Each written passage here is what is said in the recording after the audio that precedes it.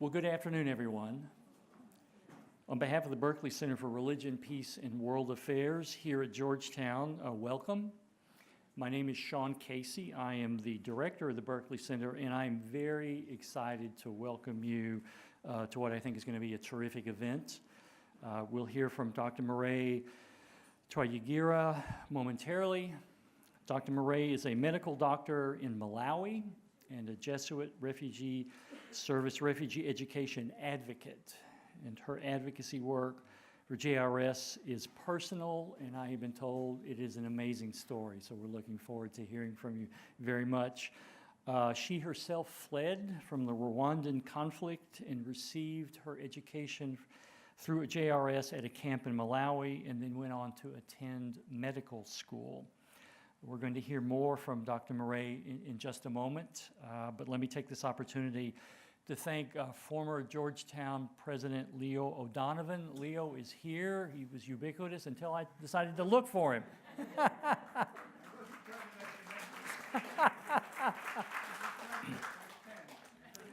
Your timing is impeccable, Leo. Thank you. But thank you for making this event possible and connecting the Berkley Center to JRS and also with Dr. Mireille. And also a special thanks go to Jesuit Refugee Service for their partnering with us on this amazing conversation today. John Monahan, who is a senior advisor for global health to President DeGioia here at Georgetown, will join Dr. Mireille on the stage for further conversation after her presentation. John is on the board of the U.S. Committee on Refugees and Immigrants and oversaw the Office of Refugee Resettlement under the Clinton and Obama administrations before coming to Georgetown. So now I'd like to invite Dr. Mireille to come up to the stage, and please join me in welcoming her.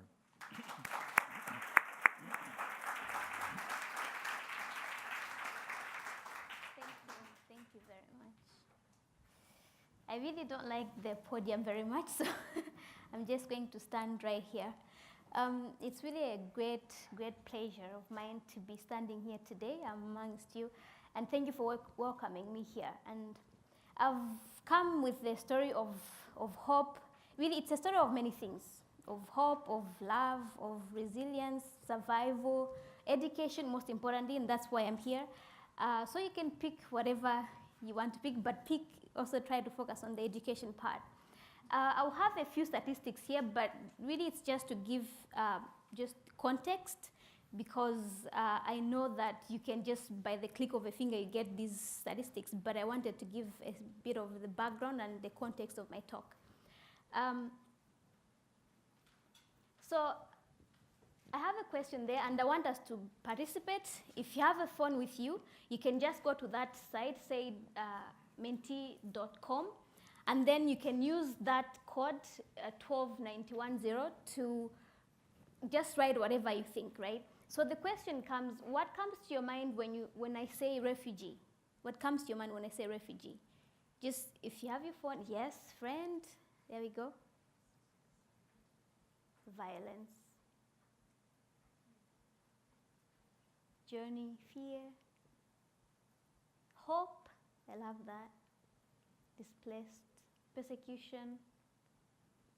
So we can see that we all have an idea of what refugee is or what is related with refugees.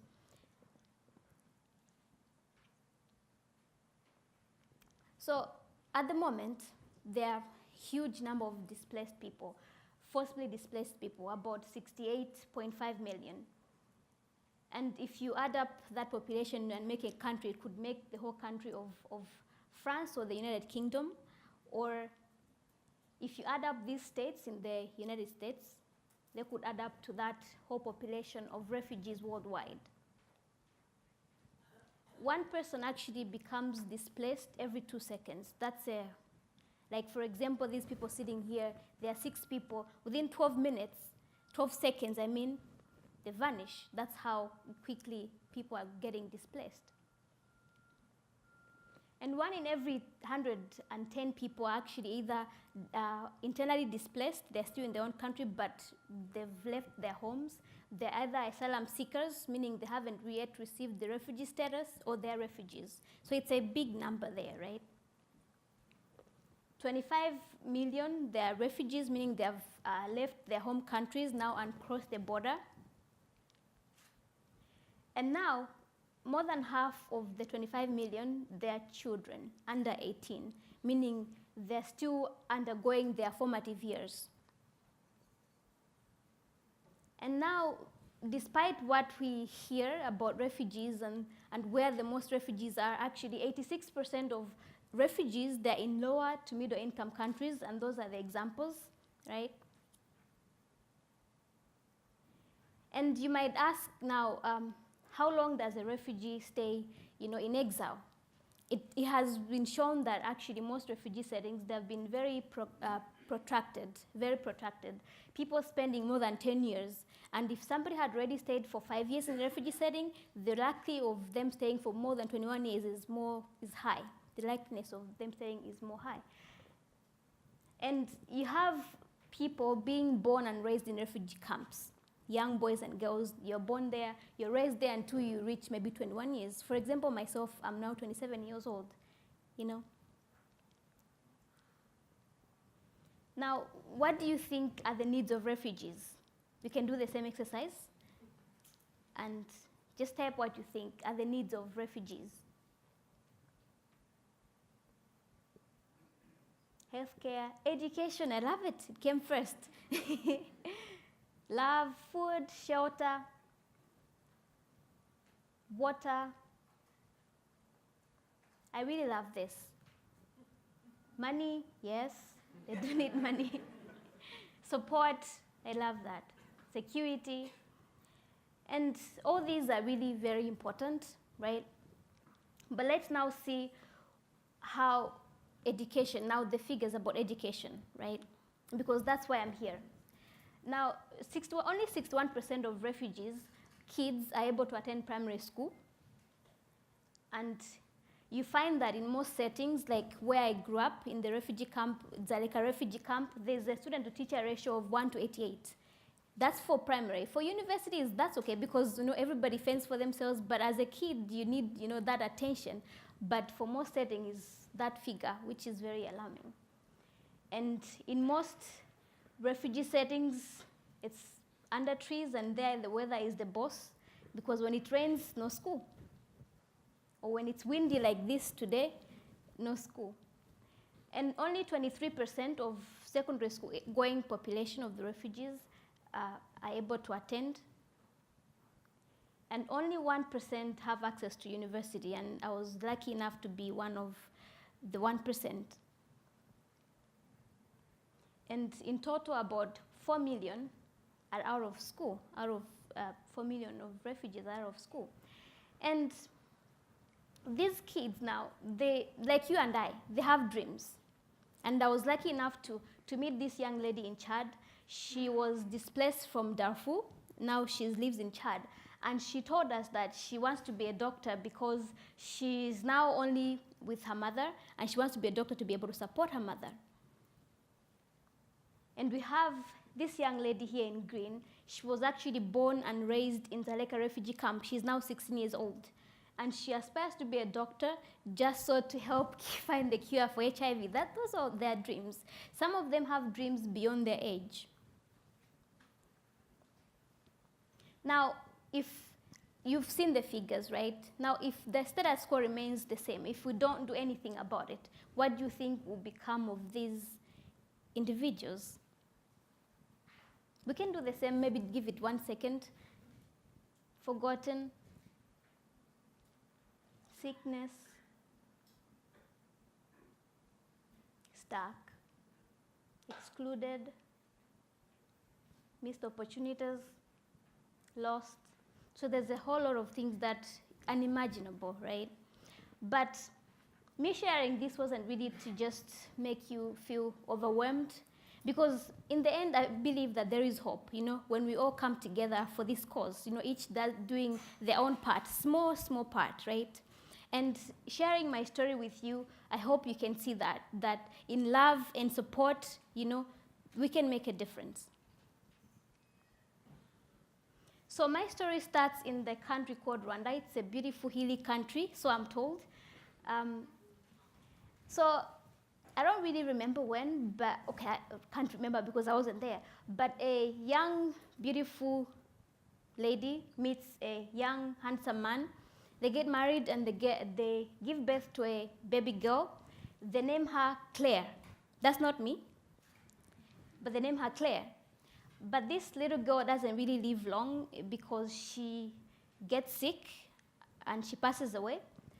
But they're given another gift, a baby girl, and they name her Mireille, and that's me. So by the time the Rwandese conflict started in 1994, April, I was almost turning 3. And now I was quite a happy child. I was surrounded by uncles and aunties.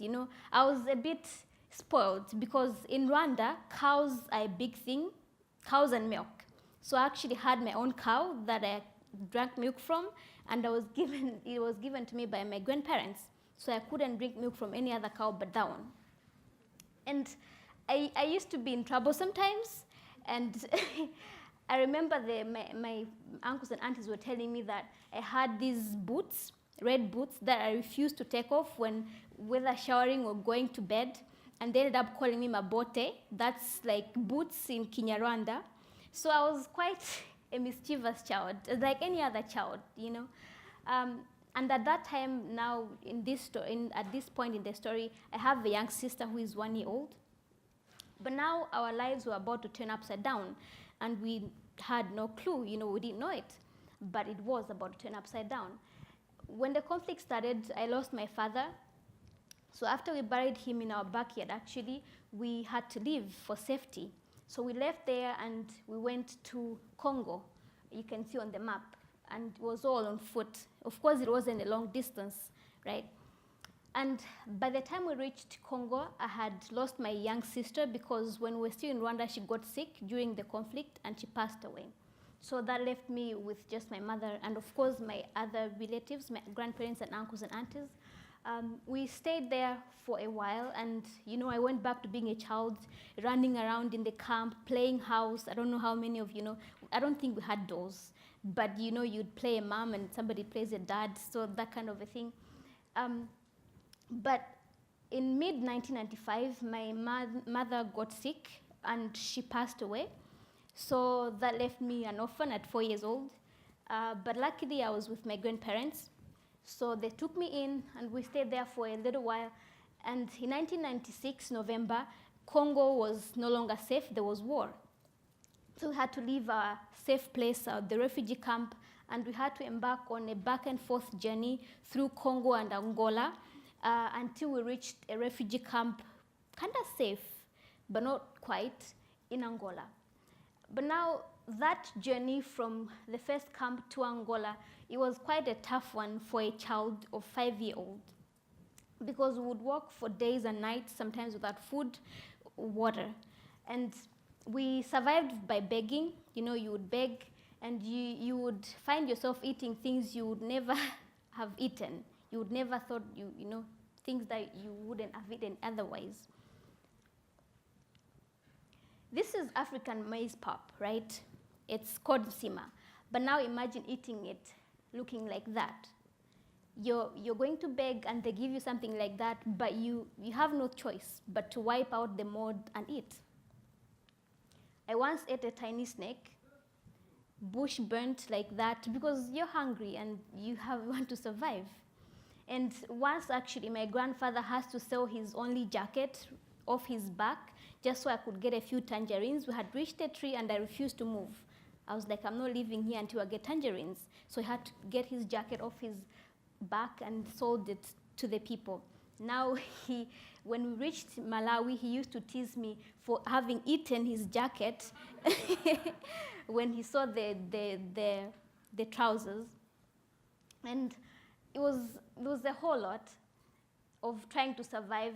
Once I'll tell this real quick, I joined a group of women to go steal some cassava to make, we used to eat it like, you pound it like that.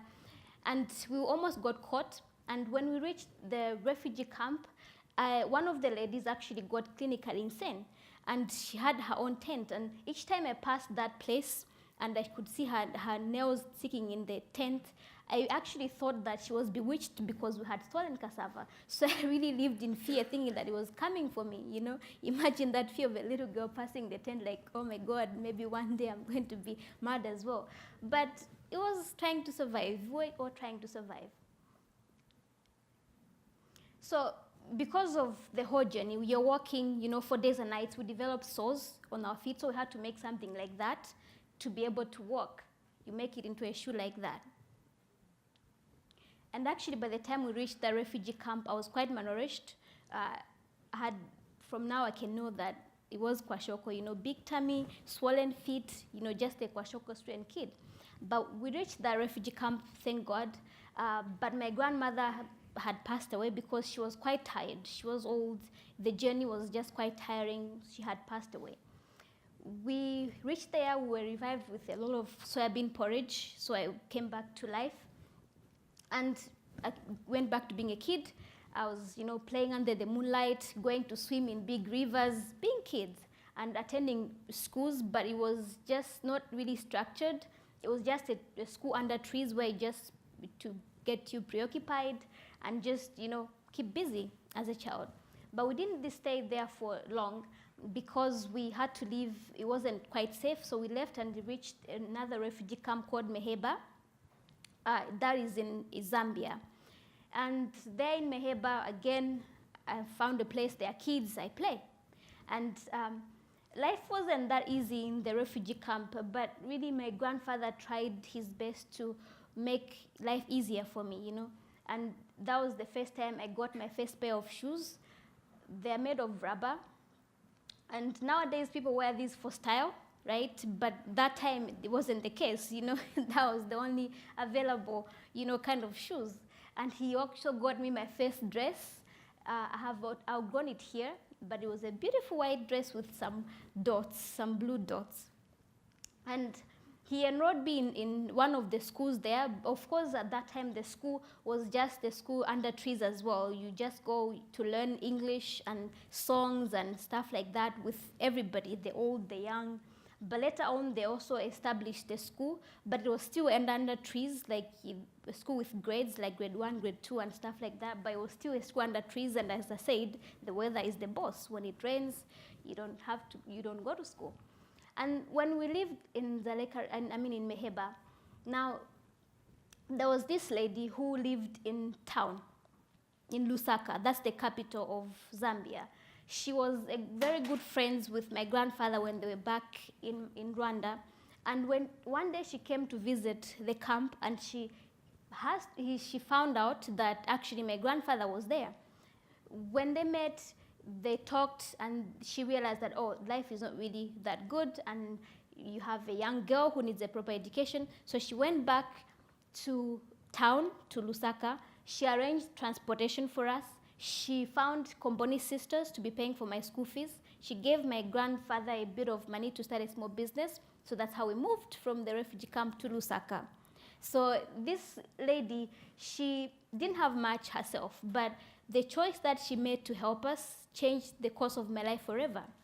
Because I believe that I'm here today because of that choice that she made in the beginning. So in Lusaka now, I was going to school, private school, very good school, and I was making friends. And at that time, I don't think I really knew that that was the foundation of my transformational journey. I was still young, you know, just having fun. But in the middle, when we were there, I think towards the end of 2000, that's when my grandfather heard about Dzaleka refugee camp in Malawi, that it was, that's more like the small business that my grandfather had. I had to take a picture. So he heard about Malawi, and that it was a better place, that he had a good school. So we moved from Lusaka to Malawi, and we reached Dzaleka refugee camp. After walking for so long, if you calculate the amount of the distance that we had traveled from Rwanda, it would amount to the distance across the states. And that's when we reached Malawi in 2000 September. And that is me when we had just gotten there at 9 years old. I was 8 turning 9. So when we got there, the first thing that my grandfather did was to enroll me at a primary school, and that was a Jesuit Refugee Service primary school. And at that time, I barely spoke my mother tongue, Kinyarwanda. Now I spoke only Nyanja, which is the language spoken in Zambia, because as a kid, you just learn whatever language. But I still made friends. And me and my friends really just loved school, you know. We would go to school, play, and then go home. And in the camp, we received food rations every month. So they would give us beans or sometimes rice, but usually corn. Things like oil and sugar, they were a luxury. Soap, those were a luxury. So we rarely received. And if you received, you would get, say, 1 soap. And I had to learn from a very young age how to use that bar of soap for a whole month to bath and to wash. So it taught me some skills, I would say. So it was quite a hard life, because even breakfast, we didn't really know breakfast. You know, what is breakfast in a refugee camp? You just wake up in the morning and you go. If you have something to eat, then that is like sima, the same sima I showed you, but maybe from the previous night. And you just take a glass of water and you put sugar and you stir, and then you drink and eat with that sima. That's your bread there. For at night, because most of us really tried to work hard and study, there was no electricity in the camp, so we used paraffin lamps. That's a paraffin lamp. And then in the morning when you wake up, it's all soot in your nose, you know. But that was the life. And for most of us, we actually had to go irrigate crops in the morning before school, because this was the only way you could increase your food in the house. So people had gardens and farms.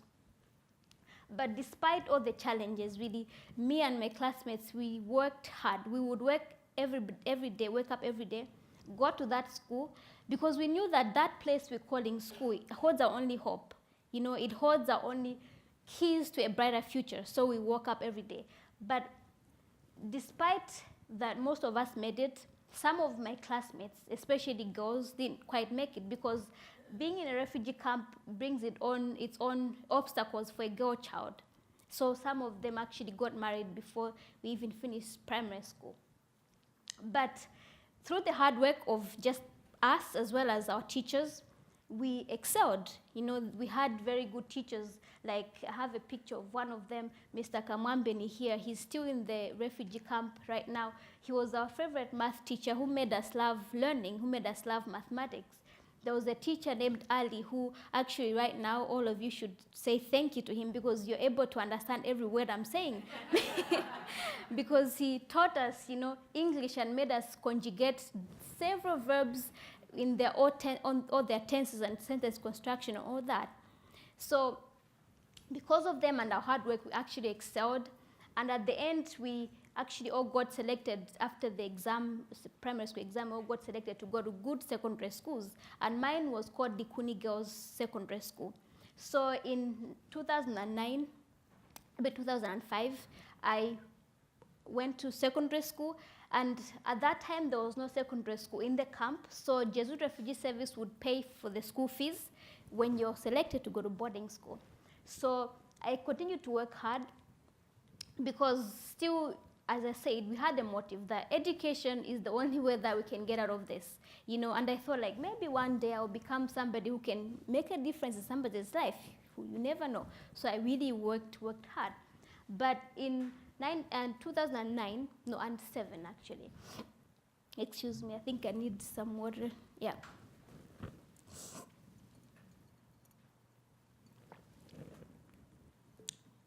That was good. So in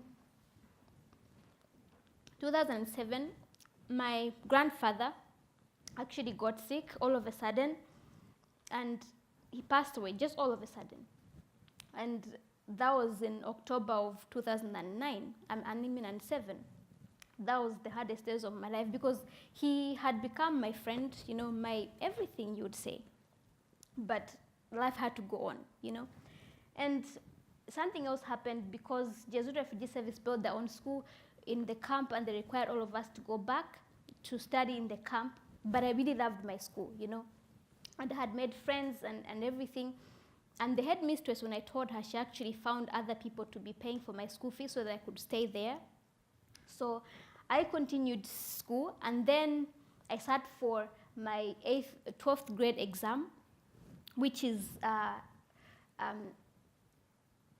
the results are actually announced on the radio when they come. Yes, every single name, they mentioned the name on the radio. And then when they were mentioning the names of those who had gotten like the highest grades, because they start from first to last, and I heard my name among the people who had gotten the highest grade in the whole country, that was like now the happiest day of my life. I had to run around in the camp telling everybody that I had gotten 6 points. And now because of that, that's how I got a scholarship to go study in China through the Chinese ambassador.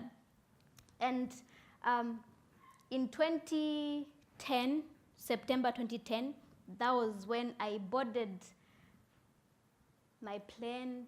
Okay, I didn't show these pictures, but these are, I'll just rush through them so that you can have a look. Where am I going? It has to be this way. Sorry. So this is some of the performances we're doing. And then graduation. And then secondary school, we're full of swag right there, and graduating. And then this was when I was going to China, and actually my teachers from the secondary school came to escort me to China, at the airport. So we went to China, and we actually, in the beginning, were told that you're going to learn Mandarin for 1 year, but none of us really knew that we were going to learn medicine in Chinese. We all thought that you're going to learn Chinese just to get around in China, you know, speaks a bit of Chinese. But in the middle of our course, we get to know that actually you're going to do medicine in Chinese. And mind you, at this time, I have started to fail some subjects because it's that hard. So it seemed impossible to me. And I actually wanted to go back home. But I pulled through with my friends. You know, we helped each other, we pulled through. And after that, we moved on to another city, and I joined medical school at China Medical University. And there I still encountered obstacles, but at that time now, I had realized that I have to be here for a reason, you know? And if I'm here for a reason, I have to work hard, so I had to find ways to make it work. In China, I met friends who became my sisters, my brothers. I became to realize that actually I'm loved, you know, actually I have a purpose. And actually that was in China when I began to see hope in my own story, because up until that time, I just saw it as a tragic story and that's it. But in China, I saw love from my friends who supported me, and I began to reflect and really see that it's a story of hope that I can share with other people. And in 2016, actually in July, 7th of July, that's when my classmates and I graduated. There we are, medical school. And now I had to go back to Malawi. And I had to embark on another journey of 18 months of internship, which was also quite hard. And I finished my internship last year in May, and I got my medical license. So right now, I'm a medical doctor who actually, thank you. I speak in schools and encourage, you know, young people, refugees and local people to just see that it's possible for them if it's possible for me. And I also advocate for refugee education, and that's why I'm here today. Because how could I not, you know, having seen what it has done in my own life, you know, because I believe that I'm a living proof of what some people just read in research papers, you know, about, you know, the untapped potential of refugee children, you know, that, you know, if refugee children are given a chance, they actually excel. So I believe that I'm a living example of all that. So that's why I stand here today actually advocating, you know, that saying that if you all try to help these innocent little ones, actually they can become somebody who can contribute to the society. Because I believe that I'm just a story of many, millions of many stories. I'm a voice of many refugee children. Now, from my story, I believe that you've quite seen the importance of education, right? That it's not only important for the individual refugee, for their well-being or for them having a hopeful future. Sorry, I'm going to have a bit of water.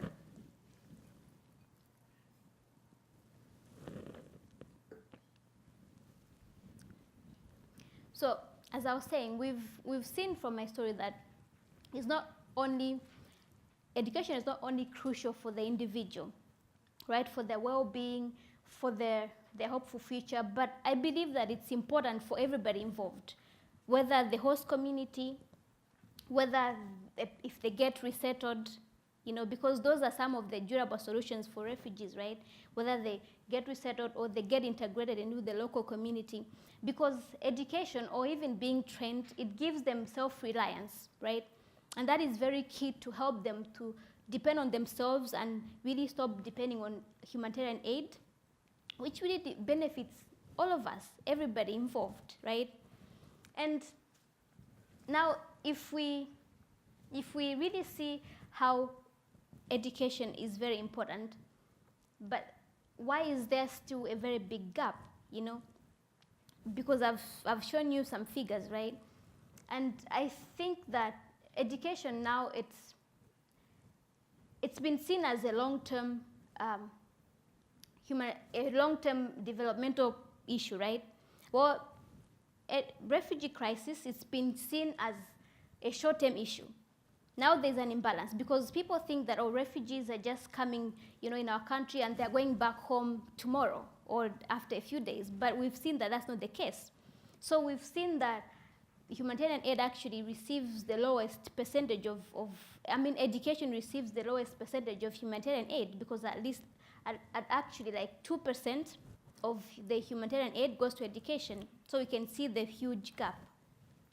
And the other reason that I think is that, as I showed you, for most hosting countries for refugees, they are actually also just struggling to support their own communities, their own people in terms of education and healthcare. Now imagine bringing an influx of refugees. So that brings another gap. And now you might wonder, like, okay, now we see all that, but why should I care, As an individual, why should I care? But as I keep saying, I believe that the crisis that we see now, I believe that the solution to it is going to be possible if we all put in our effort, small or big, right? Because it's a humanitarian issue, actually. So it's only going to be solved if we all come together, right? And I believe that all of us have actually been raised to be people with a moral responsibility towards others, helping your brother or sister who is in need. And these are innocent refugees who actually have no choice in leaving their countries, but it always remains our choice to help, right? And the other reason that I always tell people that, why they should be involved in this is that, imagine I'm standing here today and you were involved in me being here, like you contributed, and you hear me sharing my story and I've become a success. Imagine the pride that you have, right? But with all this, now you might say, okay, now what can I do if I want to help, And once I was speaking to a group of religious congregation, sisters, and they told me one thing that was I thought it was profound. They said that they realized that they cannot change the whole world by themselves, right? Which is very true. But what they can do is actually support people who are doing the same cause.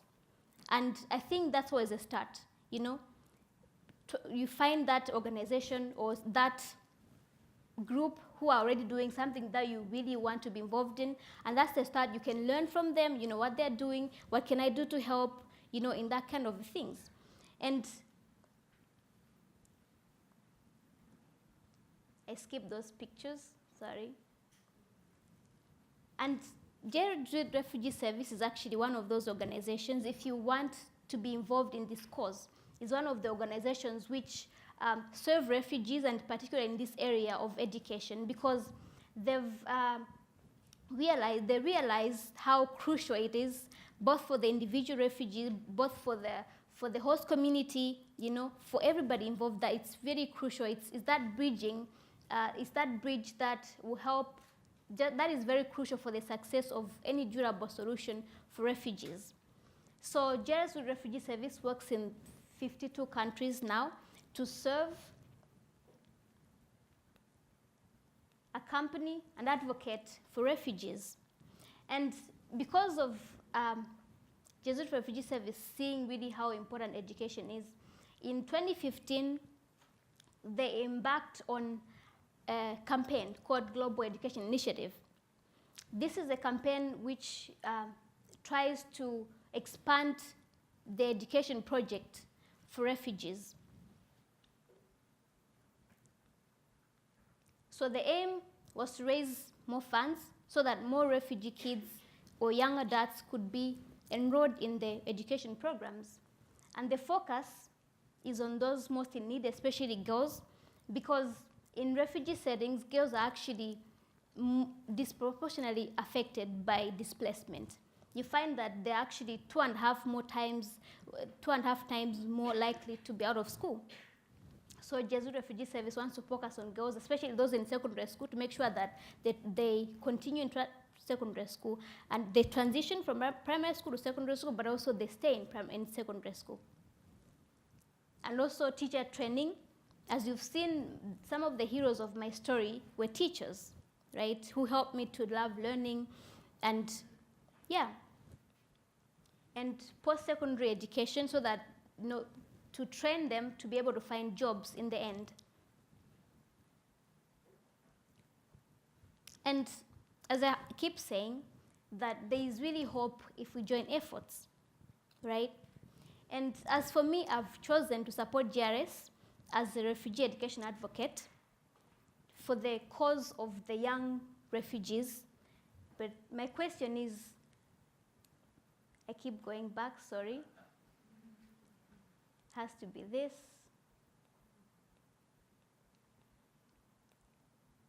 Are you with me? Finally. Are you with me?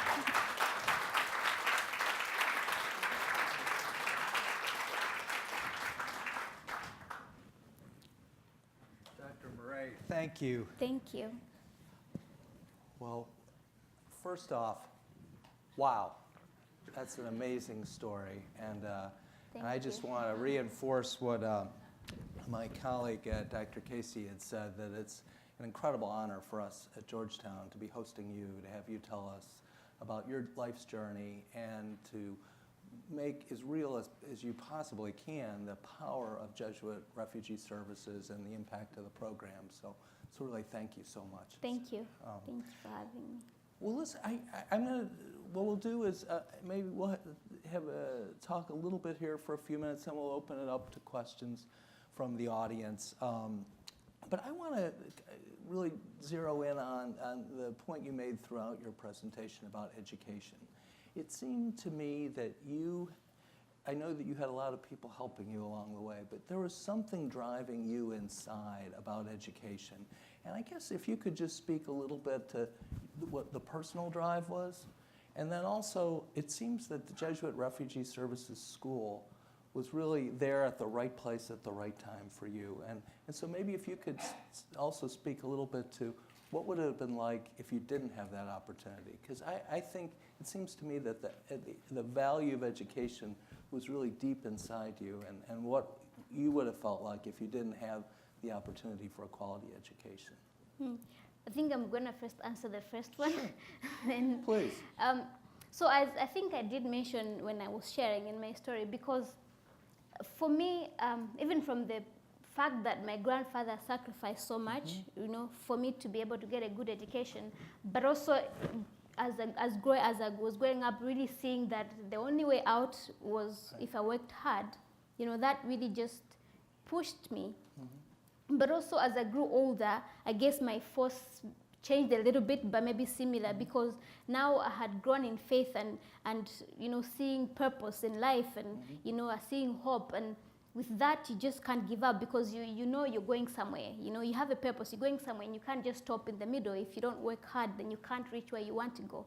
So it was, you know, my discovering of my purpose, personal purpose, that, you know, I'm here for a reason, and yeah. And the second... Well, and I guess I knew there was something, you spoke to it really quite clearly, but I guess the question is, when you were in secondary school, the JRS school was there in the camp you were in, and I guess just reflecting on what you would have done if that had not been there for you. I honestly don't know, because in Malawi, for primary school, of course it is free, but the only closed primary school that was there was the Jesuit primary school, right? And for secondary school, it's not free for Malawi. Everybody has to pay, so I don't know if my grandfather would have afforded, you know, to pay for me. So I actually don't know where I would be. And for university, in Dzaleka at that time, there were only about 20 slots for university. They would select people to go study in Canada under a program called World University Service of Canada.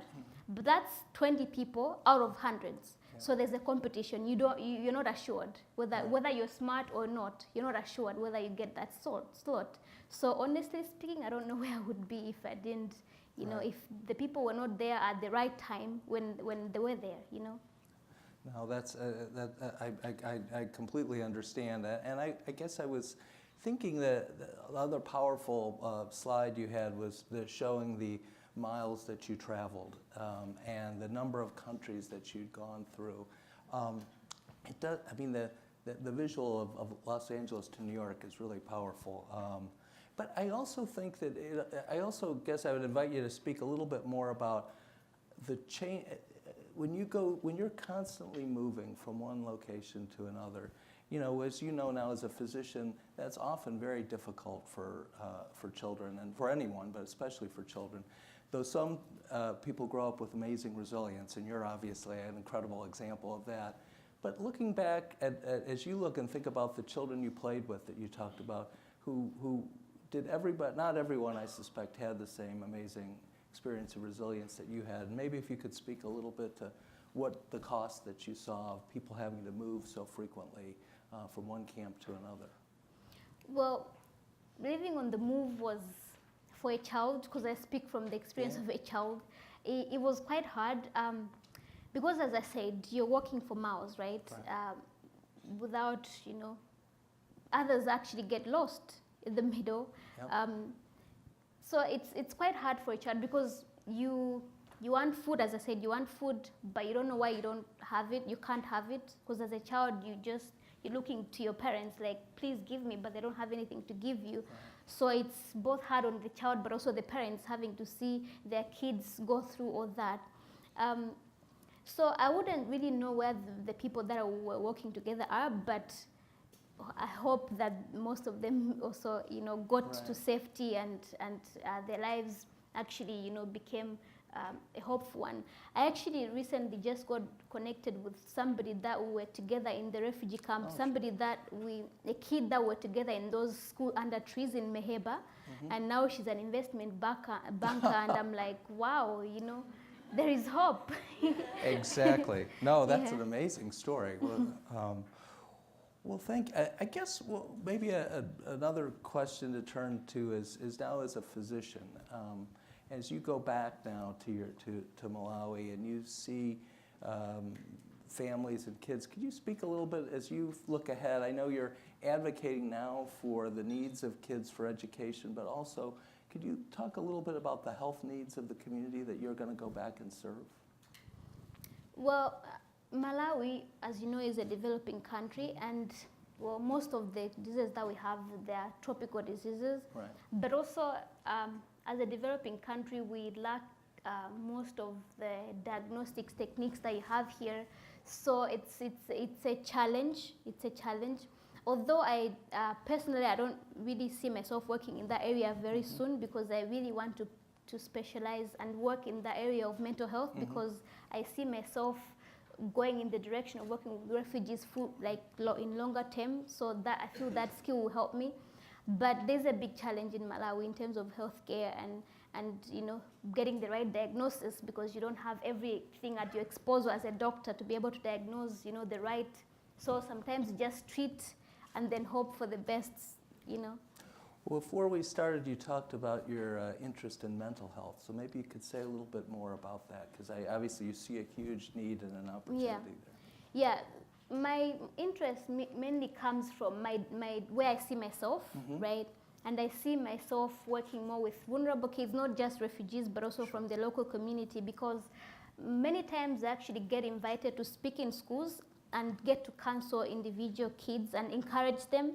And you find that there's a lot of, especially if you're an orphan, you've gone through so much already,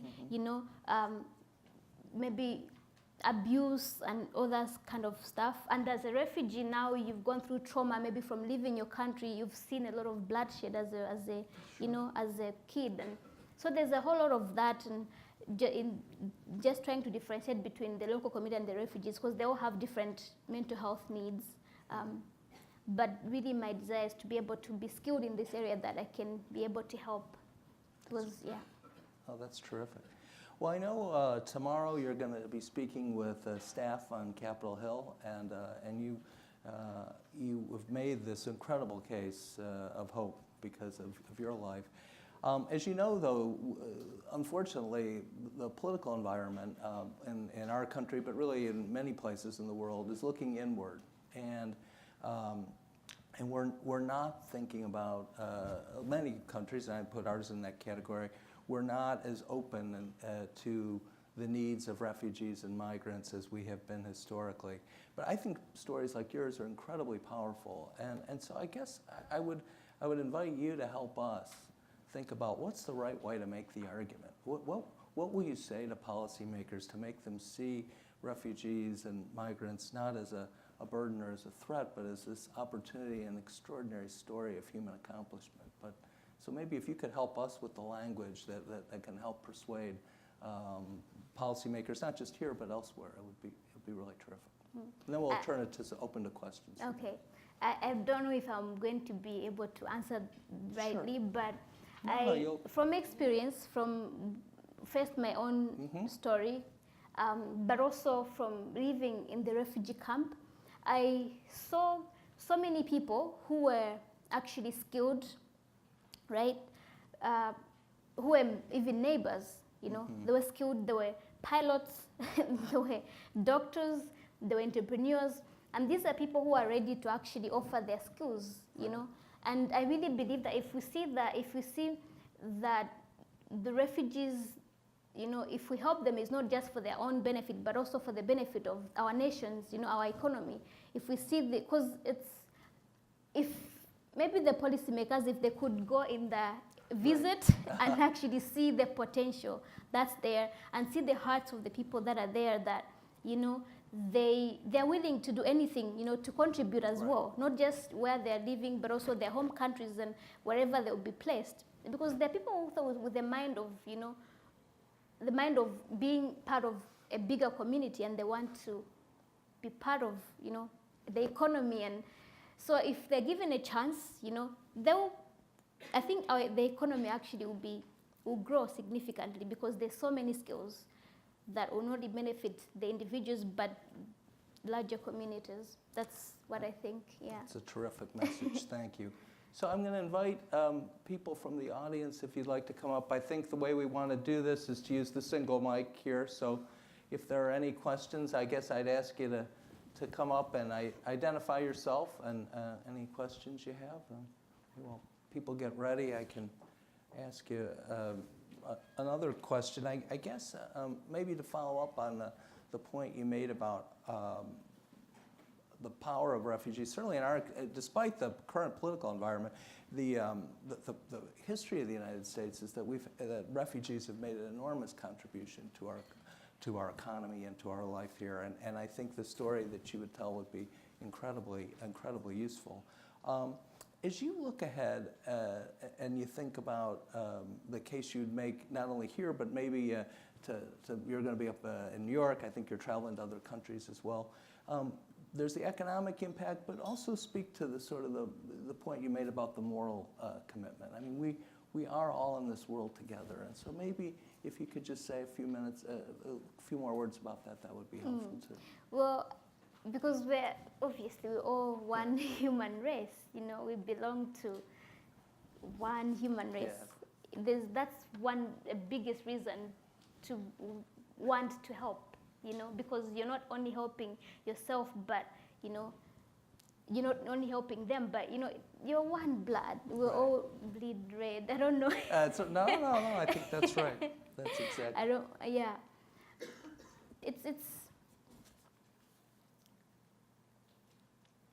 know. No, I think you're exactly right. And I think that's why your story is so powerful, because even though obviously I don't think anyone in this room has had the life that you've had, we can all see little glimpses of what our lives could be like through this amazing story that you told. I think why don't we turn this to the audience here? So please, if you just identify yourself and ask a question, we appreciate it. Hi, my name is Madeline. I'm an undergraduate in the School of Foreign Service, and I was just wondering, why do you think it's only 1% of children in these camps eventually make it to receive higher education? Specifically, I know that not everyone is even receiving, like secondary education, but I'm wondering, out of those who do receive secondary education, why does that number drop so much to only 1%? Yeah, the main reason is the lack of opportunities. In many refugee settings, there's very, very limited chances for higher education. Like as I was saying, in my case, when I was in the camp, only 20 people would go to university every year. So the bigger problem is chances, opportunities. Thank you. Thank you. Please. Hi, I'm Ana Ruiz. I'm a freshman in the SFS, and I'm really inspired by stories, and I'm an immigrant myself, so thank you for sharing. You talked about your purpose and how your own struggles and the struggles of your family inspired you to get an education and then get a secondary education. But in my experience, living in Wisconsin, the Hispanic immigrants that I encountered there don't value education, and much less secondary education. In my experience, they see more value in getting jobs or in working. So what would you say to encourage those who are seeking that purpose that you talked about but aren't looking for it in education? I think maybe the first way to look at it is like, why do they see, finding work as more important? Is it because maybe they don't see any chance of them going higher, Because I was recently in Chad, and actually it was the same, because most of the refugee kids, they were dropping out of secondary school because, one, their families were struggling very much, that they were required they didn't have anybody to support them. So they're required to actually go fend for food for themselves, right? But also when they saw that, okay, there's actually no chance for me to go to university, why bother now? So there's always a reason. So it's also good to find out, okay, why is this person think like this? What can I do to help them? After you find the reason why they think like that. Thank you. Thank you. Great. Excellent. Please. Hi, my name is Anna. I'm in the Global Human Development Program here at the School of Foreign Service. So my question is, when you're advocating for education and emergency funding, and as development professionals, we're writing proposals to do such programming, how do we get donors to think about sort of the less sexy aspects of educations that are enabling? So funding for toilets, funding for teacher housing, teacher training, and all of the aspects that enable quality education. Sorry, I didn't get the last part of your question. How do we get donors to also see the importance not just of education, but all of the sort of aspects that contribute to quality education? So WASH programming, right, teacher training, housing for teachers. I guess maybe the point to be making would be that for a child to develop, right, like in my own story, it wasn't just my own effort, it was because of the well-trained teachers that came alongside me. right? And then you find that in terms of latrines and everything like that, it comes in now when you talk about girl education, because for most girls now, they're like, okay, I'm on my period. Sorry if this is something that I shouldn't mention. I'm on my periods and there's no proper latrine, then I will skip school, today and until I finish. So those are things that directly or indirectly affect the attendance and in the end affect performance. So those are very important things that come together to offer one big quality education. I don't know if I'll answer. I think those are terrific. Please. Hi, my name's Erin. I'm also in the Global Human Development Program, and I actually lived in Malawi for 2 years, so I loved hearing your story. I think the part that was really interesting to me to hear about was how your grandfather decided to leave Lusaka to then re-enter the refugee camp in Malawi. So I was kind of wondering if you could juxtapose the two types of educations, one that was in a capital city, and then why he decided to then go back into a camp where you thought the education system would actually be superior. Well, I don't think he knew that it would be superior. He knew that it was a good school, but also another factor was that he was quite old, and then for an older person to live in town where you have to work, you don't receive the monthly rations as in the camp. So it was quite hard for him to maintain our life in town, because my school fees was cared for, but now the clothes, food, it was something that he would have to worry about. So there were many factors, I guess, that influenced his decision. Yeah. Thank you. Any other questions? If not, maybe I just ask you to, we will have there'll be a reception afterwards, and certainly Dr. Mireille and her colleagues from Jesuit Refugee Services are available to speak with anybody who has more questions. I guess I'd ask a final thought. I was thinking about your grandfather and how extraordinarily proud he would be to see where you've been today and what you're doing. If you could think about, I guess the thing, what would you like to, when you look ahead, you've accomplished an incredible amount in the first 27 years of your life. What do you see coming ahead? What's the future? What do we have so much, you've accomplished so much, but there's so much more that you have to contribute. And so just maybe share with us any thoughts you have as you go forward, and then we'll break for a reception. Well, I really see myself as, I really, really, really want to be that beacon of hope to all, not just a refugee, but anybody who is going through any hardship. So I really see myself really being that story which inspires people to go beyond, even though they're going through something. Right. And really my story being, I really hope that my talks, as I talk about refugee education, I hope that it's not, that there's fruit, that actually will see that increase in the support of refugee education through my story. So that's where, that's just a near, but yeah. Well, I think that's an amazing contribution. I think we have one more speaker here. I'm cheating because the Jesuit community... All former presidents of Georgetown get to speak at these things. Thank you.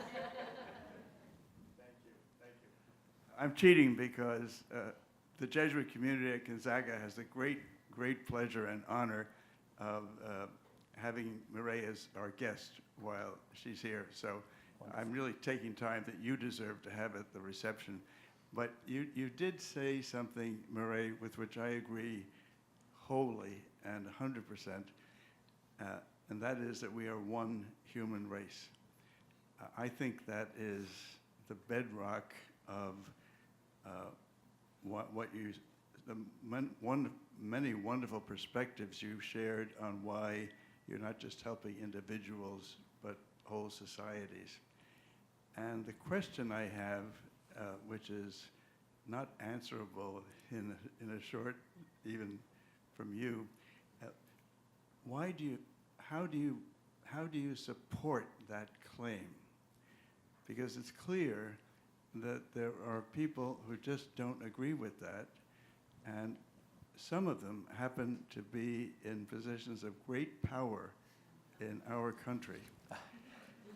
if I may say that, without any remorse.